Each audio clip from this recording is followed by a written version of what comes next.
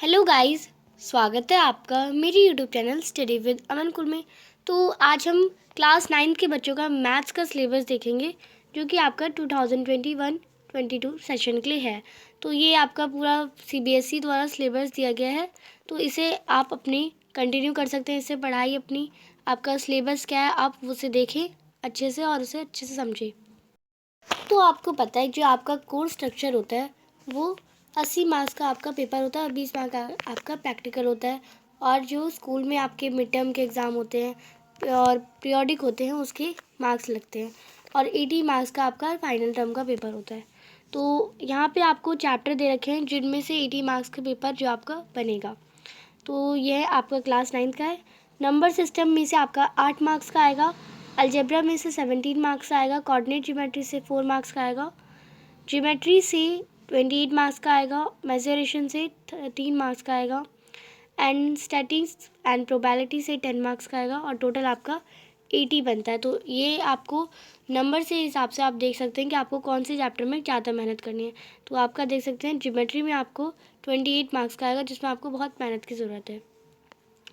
तो number system में भी कुछ चैप्टर्स हैं उनको आपको देखना है। यूनिट नंबर सिस्टम में आपको रियल नंबर पे फोकस करना है और नेचुरल नंबर्स को, इंटीजर्स को, रेशनल नंबर्स को नंबर लाइन में रिप्रेजेंट करना आना चाहिए आपको। Terminating number, non terminating numbers आपको आने चाहिए और रेशनल नंबर्स और टर्मिनेटिंग डेसिमल्स को वो आपको आना चाहिए और रियल नंबर पे ऑपरेशंस आनी चाहिए। तो ये आपको चैप्टर में आना चाहिए और इस चैप्टर को आपको 16 पीरियड्स देने होते हैं। मतलब हर एक पीरियड आपका 45 मिनट्स का होता है, यानी 45 × 16 आपको इसका टाइम देना चाहिए इस चैप्टर के लिए। इस चैप्टर में आपके 8 मार्क्स कंटिन्यू एकदम फिक्स हो जाएंगे। आपको रूट आनी चाहिए रेशनल नंबर की, रेशनलाइजेशन आना चाहिए और आपको लॉज ऑफ एक्सपेंशन और इरेगुलर पावर्स आनी चाहिए। फिर है सेकंड चैप्टर आपका अलजेब्रा। अलजेब्रा के अंदर आपका आता है पोलिनोमियल्स जो कि आपका सेकंड चैप्टर है। पोलिनोमियल्स आना चाहिए, ज़ीरो पोलिनोमियल क्या होता है, क्यूबिक पोलिनोमियल क्या होता है, monomial, binomial, trinomial, factors, coefficients, ये क्या सब आपको आना चाहिए। फैक्टराइजेशन आना चाहिए और आपको थ्योरम आनी चाहिए, एग्जाम्पल आनी चाहिए और अलजेब्रिक एक्सप्रेशन और उसकी आइडेंटिटीज़ क्या सारी हैं, वेरिफिकेशन ऑफ आइडेंटिटीज़ ये आपको आनी चाहिए और इनके फैक्टराइजेशन में यूज़ आने चाहिए। फिर इस चैप्टर में आपको 23 पीरियड्स देने हैं।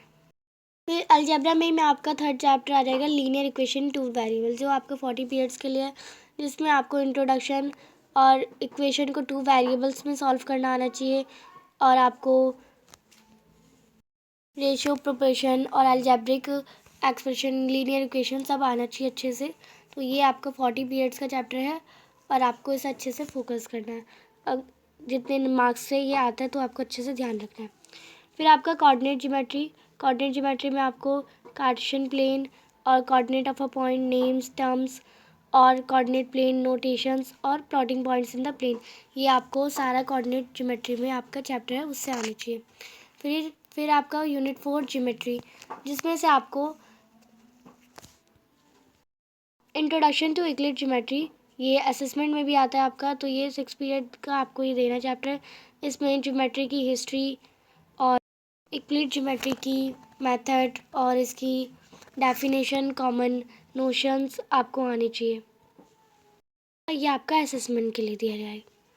फिर है ज्योमेट्री में ही आपका लाइंस एंड एंगल्स जो कि आपका इससे नेक्स्ट चैप्टर है। इसमें आपको एडजेसेंट एंगल, 180 डिग्री कन्वर्जन और opposite angles, vertical angles intersect कैसे करते हैं, corresponding angles, alternate angles, interior angles क्या होते हैं आपको अच्छे से आने चाहिए मोटिवेट में, प्रूफ में। तो ये आपका चैप्टर है जो कि आपका 13 पीरियड्स में हो जाएगा। फिर है आपका चैप्टर ट्राइंगल जो कि ज्योमेट्री में ही है, थर्ड चैप्टर। ट्राइंगल है आपका, उसमें आपका कॉन्ग्रुएंट ट्राइंगल्स आ जाता है, टू साइड है, एस कॉन्ग्रुएंस रूल आ सकता है, ए कॉन्ग्रुएंस रूल आ सकता है जो कि आप प्रीवियस क्लासेस में भी पढ़ चुके हैं।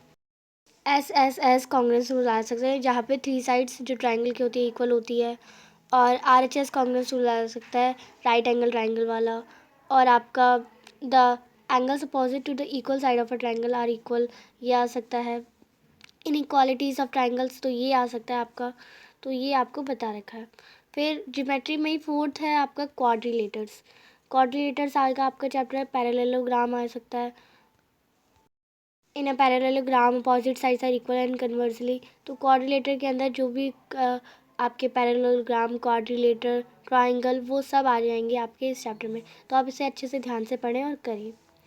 फिर एरिया आ सकता है आपका, वो भी ज्योमेट्री के अंदर ही आ रहा है आपका। Review concept of area, recall area of rectangle. Area आपको रेक्टेंगल का आ सकता है, ट्राइंगल का आ सकता है, पैरेललोग्राम का आ सकता है, तो यहाँ पे आपको बता रखा है। फिर सर्कल के बारे में बताया, सर्कल की डेफिनेशन आ सकती है। ये भी 15 पीरियड्स का है, एरिया आपका 7 पीरियड्स का चैप्टर है। और इसके circumference, diameter, chord, arc, second, sector, segment और सबसेंडेंट एंगल निकालने आ सकता है। इक्वल कॉर्ड होंगी तो इसका सर्कल क्या होगा, ये आ सकता है। ये यहाँ पे वो प्रूव, मोटिवेट आपको दे रखे हैं, आप इसे अच्छे से पढ़ेंगे। अगर सेगमेंट में एंगल से है तो सर्कल इक्वल होगा, तो ये कुछ क्वेश्चंस है जो आपके आ सकते हैं। देन है आपका कंस्ट्रक्शन, जो कि आपका यूनिट 4 में ही है, ज्योमेट्री के अंदर कंस्ट्रक्शन, जो कि 10 पीरियड्स का है। Construction of bisector of line segment and angle of mensuration का आपको 60 डिग्री, 90 डिग्री, 45 डिग्री, इन सबका कंस्ट्रक्शन आना चाहिए। लाइन सेगमेंट से इक्विलेटरल ट्रायंगल्स के बारे में पता होना चाहिए। सम डिफरेंस बताने चाहिए टू साइड्स का, अगर एक बेस एंगल पता हो आपको तो। और पैरीमीटर बेस एंगल कंस्ट्रक्शन आना चाहिए ट्रायंगल का। फिर है यूनिट 5 मेजरेशन से आपका एरिया चैप्टर आएगा और surface area and volume. Area में आपको ट्रायंगल हेरॉन्स का फॉर्मूला के यूज़ से आपको निकाला जाएगा ट्रायंगल का फॉर्मूला, और उसकी एप्लीकेशन आएंगी, और एरिया ऑफ क्वाड्रिलेटर आएगा। सरफेस एरिया एंड वॉल्यूम से आपका सरफेस एरिया आ जाएगा, वॉल्यूम ऑफ क्यूब का आ जाएगा, क्यूबॉइड का आ जाएगा, स्पेयर का आ जाएगा, हेमिस्फेयर का आ जाएगा, राइट सर्कल, सिलेंडर और कोन्स का आ जाएगा, जो कि आपका 12 पीरियड्स का चैप्टर है। फिर है